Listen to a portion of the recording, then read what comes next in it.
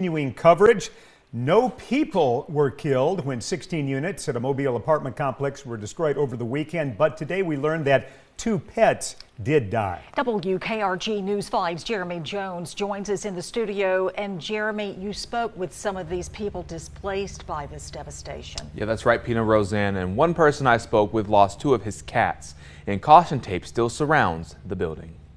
This is what's left of Building 2 at the Montlimar Apartments on Azalea Road after a fire destroyed 16 units, leaving people like Bree Peoples and her 3 kids without a home. We just came home. We was in the room, just watching us a movie, and all of a sudden, like somebody's banging on my door, like, "Hey, it's a fire!" So we just panicked and got out as quickly as we could.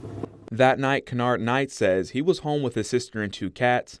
He and his sister were able to escape the flames, but unfortunately, they weren't able to save their pets. You know, I didn't want them to die, but they didn't suffer. They died from the smoke.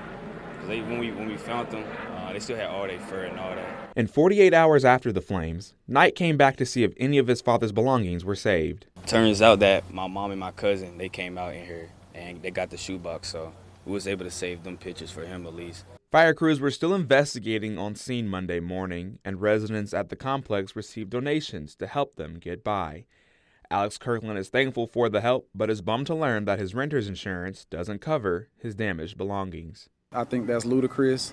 So now that I'm in a different headspace, I've been a little emotional today. You know, this is the first time I've ever dealt with something like this, and everybody has been reaching out. The outpouring of love has been amazing, but at the end of the day, somebody have to be held accountable. But ultimately, all 3 people I spoke with are staying strong. I provide for myself, and this just goes to show that in any situation, in a blink of an eye, it can be gone.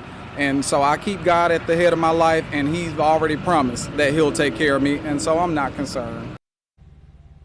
And the mobile fire rescue hasn't reported any other injuries, and the cause of the fire is still under investigation. Reporting in the studio tonight, Jeremy Jones, WKRG News 5.